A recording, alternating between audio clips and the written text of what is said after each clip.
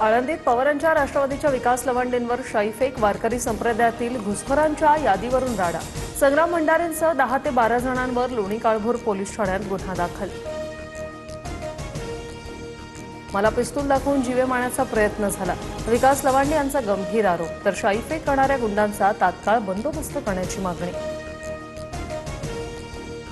माझ्या गुरुवर्यांना घुसखोर म्हटलं, त्यांच्यावर चिखलफेक केल्याने शाईफेक केली।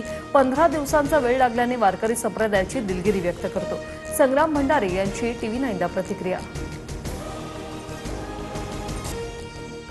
रयत शिक्षण संस्थेच्या अध्यक्षपदी शरद पवार यांची बिनविरोध निवड। 2026 ते 2029 या 3 वर्षाच्या कालावधीसाठी पवार अध्यक्ष राहणार।